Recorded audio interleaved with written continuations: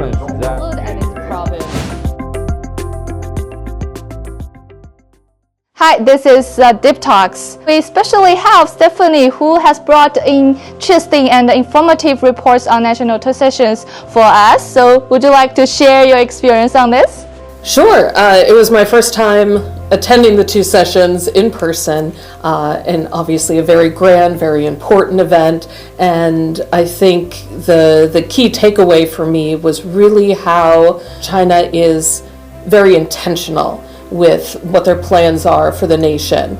They roll that out, and then each province or autonomous region has their subcommittees and meetings to discuss how their plans fit in with the broader intentions of the region. So I think that intentionality was my main takeaway as something that I hadn't necessarily noticed to this degree previously. So I know that you attended the media event for Xinjiang, right? Mm-hmm. So what question did you ask, and what impressed you the most during this whole process? The question I raised was about Xinjiang's agriculture, and of course Xinjiang is a huge tract of land, and there is such a variety in climate, in soil, so there is such a variety of goods being produced there. And with the emphasis now on new quality productive forces being integrated into the agricultural industry, the different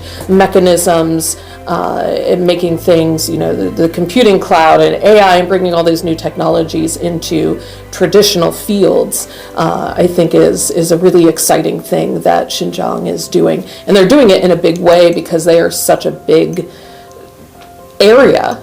So that was one of the things that impressed me the most, and the plans to move that industry kind of into the more modern era. As a foreign journalist covering the two sessions for the very first time, right? Yeah. So was there any specific moment that made you to reevaluate China's political agenda?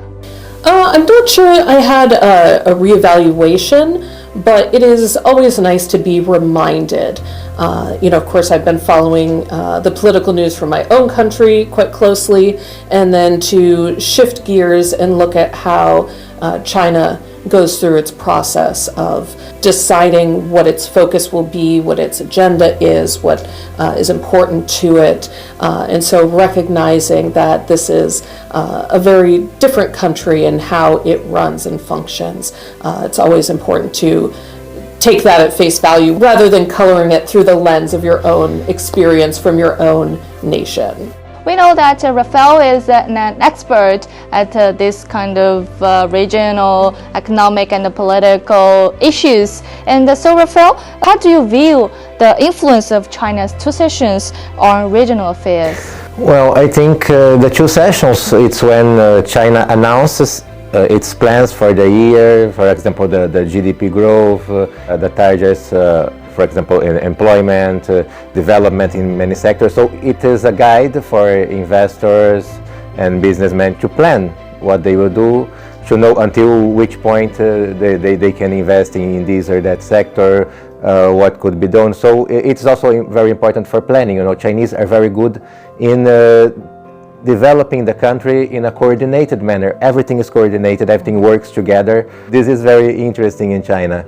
And especially about the relation between China and neighbor countries. I think the initiatives like the Belt and Road, for example, imply much deeper relations with neighboring countries in trade, in business, in promoting development for all. We can see that the BRI created, for example, what China calls mutual benefit. We both cooperate, and we both can share the benefits of this cooperation. My biggest curiosity is that during your coverage and during this national two sessions, what topic attracts the most from the international community, in your opinion? Sure, I think it depends on which facet of the international community. Like you touched on, maybe it's businessmen or companies who are looking to invest in China, and then you're really looking at the government work report, you're looking at the foreign minister's speech from the other day, and what the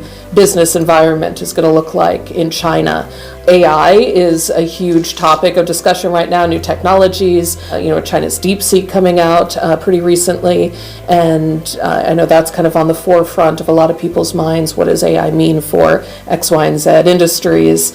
So I think those are a couple of the big topics. And then, of course, China's environmental policies, are something that's always impactful in the world, and that's something that, as a global civilization, we continue to try and manage and deal with. So I think that's always something that makes good news. Thank you so much for sharing your enlightening insights. Thank you.